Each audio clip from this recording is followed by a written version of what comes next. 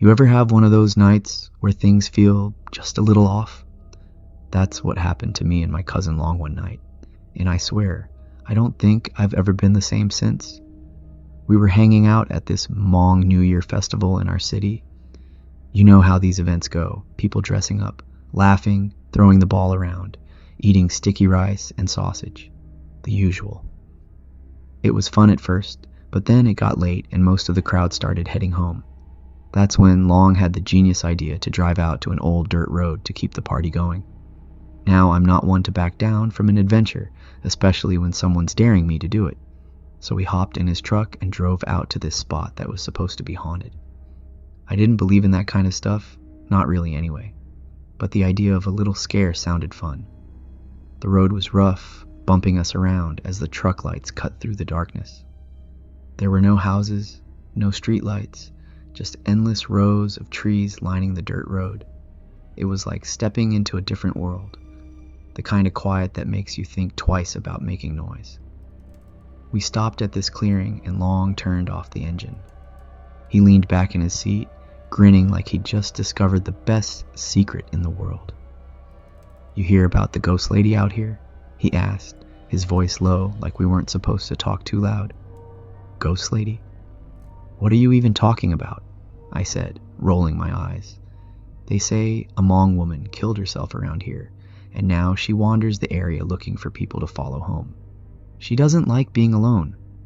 I laughed because it sounded like something someone's grandma would make up to scare kids, but the way Long said it with that nervous edge in his voice made me hesitate. "Okay, sure. Let's meet your ghost lady." "What? She just shows up out of nowhere?" Long didn't answer right away. He just stared out the window like he was looking for something. After a moment he said, "Sometimes you hear her singing first. Sometimes she just appears. Either way, you're screwed if she likes you." I shook my head and laughed, but it felt forced. "All right, you're creeping me out now. Let's get out of here." But Long wasn't moving and neither was I. That's when we both heard it, the faintest sound coming from somewhere out in the trees. It was so soft I wasn't even sure it was real at first. It sounded like singing. "Do you hear that?" Long whispered, his face pale now. I didn't answer. My eyes were locked on the trees ahead of us, trying to make out shapes in the darkness. The singing got a little louder and my stomach dropped. It wasn't a happy song. It was slow, mournful, like something you'd hear at a funeral. "Let's go," I said, my voice shaking more than I wanted it to. Long didn't argue. He started the truck and the headlights flicked on, cutting through the trees. For a second I thought I saw something, a shadow darting just out of view. "Did you see that?" I blurted out.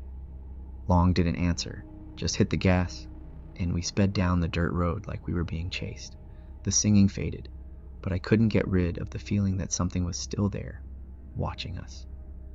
We made it back to his house around midnight. I told myself it was just nerves, that we'd scared ourselves for no reason. But as soon as I stepped inside, I felt it again, that heavy, crawling sensation on my skin. Long's mom was still up, sitting in the living room with a basket of sewing. She looked up when we walked in and immediately frowned. "Where did you two go?" she asked, her tone sharp. "Just out for a drive," Long said, brushing her off. She shook her head, muttering something in Hmong I couldn't quite catch. She looked at us like she wanted to say more, but decided against it. I was just about to head to the guest room when I heard it again, the singing. It was faint, barely more than a whisper, but it was there. I froze in place, my heart pounding in my chest. "Do you hear that?"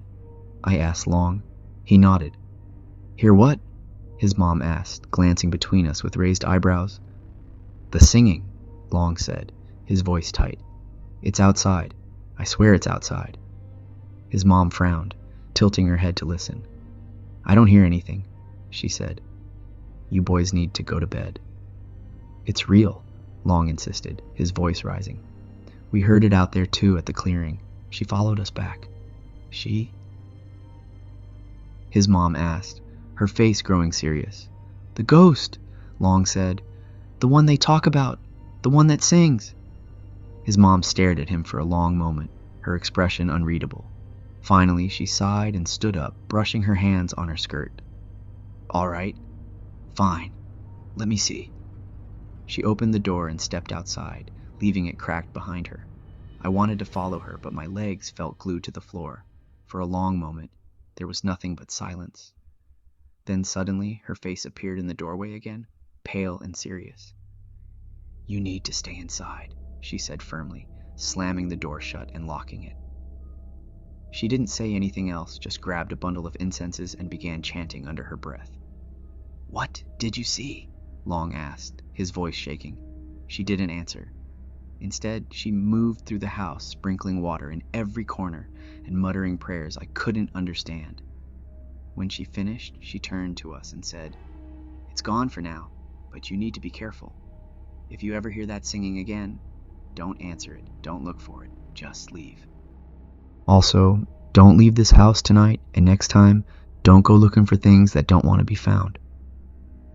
The weight of her words hung heavy in the air, and none of us said anything after that. I didn't sleep at all that night. Every little creak, every shadow made me jump.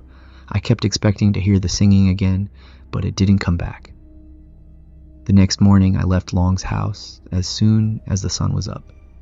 I didn't want to talk about what happened, didn't even want to think about it, but I kept having this feeling that something had changed. The first night I slept at home, I had the worst nightmare of my life. In the dream, I was back at that place, except this time I was alone. The truck wasn't there, Long was also not there, and the road had disappeared. It was just me and the trees, stretching endlessly in every direction. The air felt weird, like it was trying to choke me. I couldn't move, couldn't run, and then I heard it, the singing. It was louder this time, clear as day, and it was coming from right behind me.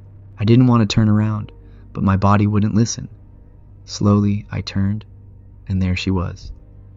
She wasn't like how you'd picture a ghost. She wasn't all misty or transparent.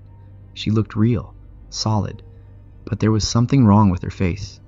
Her eyes were too big, her mouth too wide, stretched into this awful smile that didn't look human.